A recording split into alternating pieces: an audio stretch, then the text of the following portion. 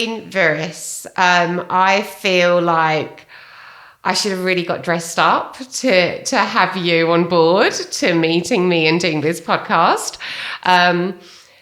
You are one of the few women, if not the only woman I know in this industry that kicks ass with a smile and elegance.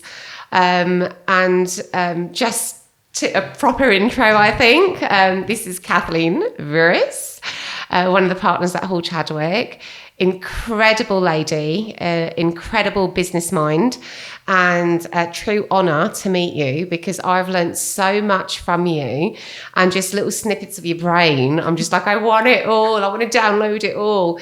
So Kathleen, welcome. Thank you. And do you want to introduce yourself? Thank you, Chanel. Thank you for having me here today. It's a pleasure to be here and help you in podcast, and hopefully we can, help all your listeners out there and give them a tidbit that they can take away.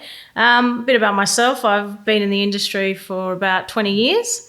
I've always done insolvency. It is a male-dominated industry, but there are a lot of other females out there. There is about 60, I believe is now out of about 600, about 600 across Australia. That is. So we're growing in numbers, and we do want to promote more females in the industry. We think that there's a space for that and a space for them to be in this industry and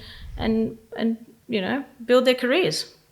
I think there's something that we touched on the last time we met, and what I love about how you navigate through the insolvency industry is the fact that you articulate the needs of a business well, but you also have that empathy and that drive to make sure that, if you're going into a business and you're having those tough conversations with potential employees, you really actually have the side of the business that you're willing to have conversations that others may not be willing to, if that makes sense. Do you want to just elaborate on where, a situation where you've had to go in, but I suppose your style and your grace has really helped overcome adversity? Look, it's always difficult to go into a business where you're appointed as either administrator, receiver, or liquidator. It's a shock to a lot of people. The directors may not know if it's a receivership, but certainly the employees may not know. So it's a shock to everyone, and you need to get everyone on board to support the process, to help with that process. And my job is, a lot of it is information gathering. So I've got to be able to build trust and a rapport with all stakeholders in order to achieve the best result for everyone concerned. And you do that very well, I must say. I try to do that very well. And that's by, speaking to everyone on their level and understanding what their concerns are, what their issues are, and how I can help them navigate through that process. I must say, Kathleen, what is it like working in an industry where your father, John Viris, has been around for 50 years, and now you are slowly dominating that space all by yourself? What is that like? I won't say all by myself, but all by yourself. It's been an unexpected pleasure. I never thought I would work with my father. As I started out in the industry, I didn't want to be the boss's daughter, so I made a decision to work at a different firm and learn, my craft at a different firm without the great John Viris overseeing me.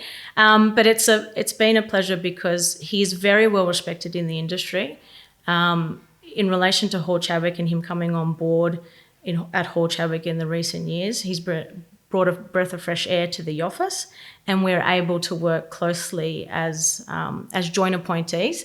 And I'm very proud to say that we're the only father and daughter appointees across Australia. Yeah, I love and it. That's why I mentioned possibly internationally. We should check that. Yeah. I should check that. Yeah, you should check that. But that's one of the reasons I mentioned it, because I think that also drives back some of the values. The fact that you'll understand how people think. It's not just about numbers. You are very careful with how you deal with directors because there's that human factor. And that's why I've mentioned, you working with your dad alongside, together alongside each other in this industry where there's tough conversations to be had, but you'll do it with such grace. And that's so important because, you are dealing with people's lives. It's their business. They've worked so hard in this. We have to deal with that carefully and appropriately. I've done an earlier podcast with John. He's given me a couple of tips for businesses. What would you say would be your 5 top tips for companies if they're questioning where they're at in business? Don't stick your head in the sand. You must seek advice and seek it now.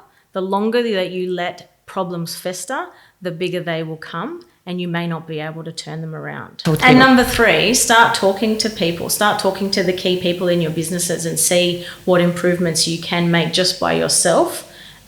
You have a lot of knowledge in your business. You would have, very good employees. They may be able to help you with the situation that you're involved. Bring people in, get help from all around the place. 4 though is definitely sit down and with your accountant and go through your financials. Sit down with your lawyer and seek advice if there's a lot of pressure being put on you in your business, legal wise, demands or notices from the ATO. And 5thly, speak to an insolvency practitioner. We're there to give you all the options available to try and save your business. Excellent. And I'd just like to add to that, you've been very kind, and said number 5, speak to an insolvency practitioner. There's many out there that aren't great. They might be good. So if you really do want to have a great practitioner on your side, reach out to Hall Chadwick. Would that be fair to say? Definitely.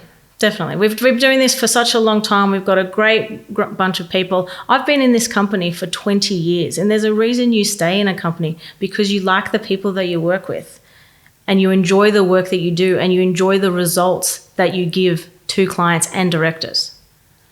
Kathleen, I already know the answer to this, but I'm going to put you on the spot here.